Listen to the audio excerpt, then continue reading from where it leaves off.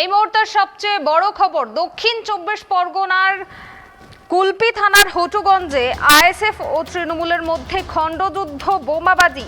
ঘটনাস্থলে পৌঁছেছে বিশাল পুলিশ বাহিনী।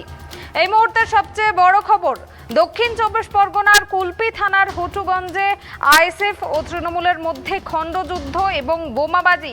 ঘটনাস্থলে পৌঁছেছে পুলিশ বাহিনী। ঘটনাকে ঘিরে রীতিমতো চাঞ্চল্যের সৃষ্টি হয়েছে হটুগঞ্জে। বিস্তারিত জানবো আমরা এই মুহূর্তে। আমার সঙ্গে টেলিফোন লাইনে জুড়ে আছেন ট্রাইব টিভির প্রতিনিধি গোপাল ছিল।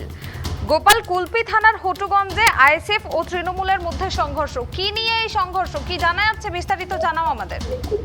দেখো প্রমি, তোমাকে যেটা বলে রাখি, ইতিমধ্যে রাজ্য রাজনীতিতে নির্বাচন নিয়ে বিভিন্ন জায়গায় অশান্তির খবর পাওয়া যাচ্ছে। তবে বিগত দিনে কুলপিতে কোনো অশান্তির খবর পাওয়া না গেলেও যত ভোট আগিয়ে আসছে তত কিন্তু কুলপি এলাকার হটুগঞ্জ এলাকায় কিন্তু উত্তপ্ত পরিস্থিতি তৈরি হয়েছে।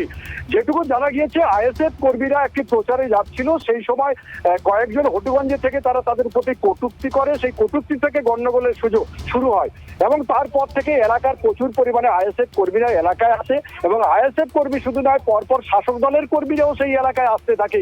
দুপক্ষের মধ্যে খণ্ডযুদ্ধ, বোমাবাজি শুরু হয়ে যায়। তার মধ্যে পড়ে এই খবর পেয়ে সঙ্গে সঙ্গে ডায়মন্ড হারবার থানার বা ডায়মন্ড হারবার পুলিশ জেলার যে সমস্ত প্রশাসনের লোকজন আছে সেখানে আসেন।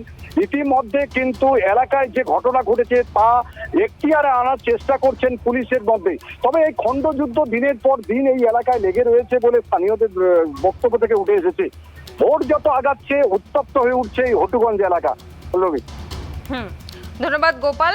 আপনাদেরকে জানিয়ে রাখি, অপেক্ষার মাত্র কিছুদিন আর তারপরে পঞ্চায়েত ভোট, আর তার আগেই কিন্তু দফায় দফায় বিভিন্ন এলাকায় এরকম সংঘর্ষের চিত্র উঠে আসছে। আর সেরকমই দক্ষিণ চব্বিশ পরগনার কুলপি থানার হটুগঞ্জে আইএসএফ ও তৃণমূলের মধ্যে সংঘর্ষের চিত্র উঠে এলো এবং জানা যাচ্ছে এই ঘটনায় যথেষ্ট চাঞ্চল্য ছড়িয়েছে ওই এলাকায়। এর আগে কুলপি এলাকায় কিন্তু সেরকম কোনো সংঘর্ষের চিত্র না উঠে এলেও ভোট যতই এগিয়ে আসছে ততই কিন্তু এই কুলপি এলাকাও কিন্তু আস্তে আস্তে উত্তপ্ত হচ্ছে।